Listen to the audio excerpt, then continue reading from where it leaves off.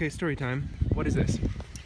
This is the First Baptist Church of Lumpkin, Georgia. It's the church that I grew up in as a kid, and it holds many memories from me, from having been baptized here to having gone to little weddings and funerals for community members, and even for my mom and dad. Their funerals were in that church. But lots of celebrations, Vacation Bible School. Adie and I going to Sunday school here every Sunday, and Mom and Dad, reluctantly taking us to church occasionally. And it's right down the street from your house, isn't it? Yeah, it is. And the big sort of brick thing over that way is, I suppose, it's an add-on to the church, because that wasn't there when I was a little girl. It was just this main building. It was a house for the preacher that stood there when I was growing up. That doesn't look like a preacher's house to me anymore. And we have old pictures of this facade since We remodel. have, when it was a wooden structure. Wow. That is so cool. Yeah. All right. So that's my story of my little church.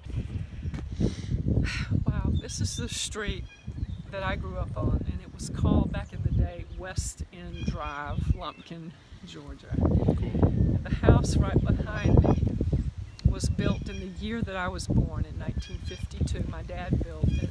Okay. And it was completed in April, and I was born in July. So that's the home that they brought me home from the Richland Hospital.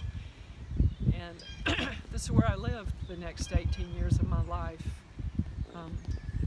I grew up, I had my childhood right on these streets. I rode bicycles, I played with my friends, I made hopscotch little markings, and jumped around and had fun, and walked up the street to the swimming pool, and walked down the street and around the corner to the schoolhouse. And we all knew each other. We all were part of a community that cared for each other and comforted each other and told stories together. I grew up here. I'm back in Lumpkin after having been away. I've come back periodically, but from the time my dad died in 1980 until just most recently, I haven't been back very much. I lost both of my parents early in my life, and so my connection to Lumpkin kind of went away in a sense. But I'm writing now. I'm writing about growing up here, and I'm finding a reestablishment of a bond. It's very weird because the town has changed a lot in the fact that it's not being kept up. It's kind of dilapidated to a certain extent, but a lot of the people that I grew up with are still here. And my neighborhood friend who lived right here in this green house, Jimmy Babb, he's now the mayor of the town.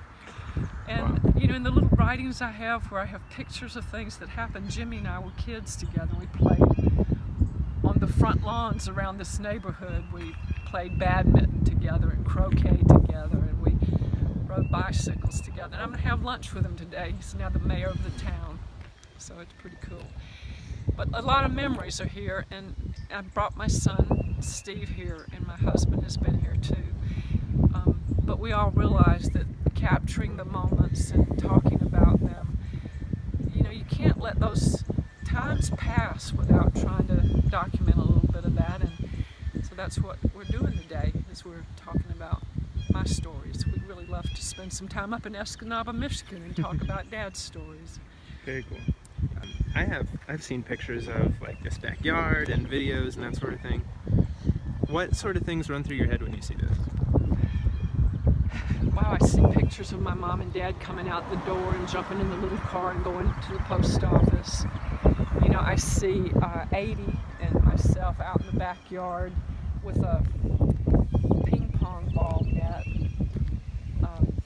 badminton net, playing badminton. I see out in the front yard, there was a big pecan tree right here in the front yard where the moms and the parents around the neighborhood would sit out under the tree in the evening hours, and we would talk, and people would be always checking up on each other's kids and concerned about everybody's welfare.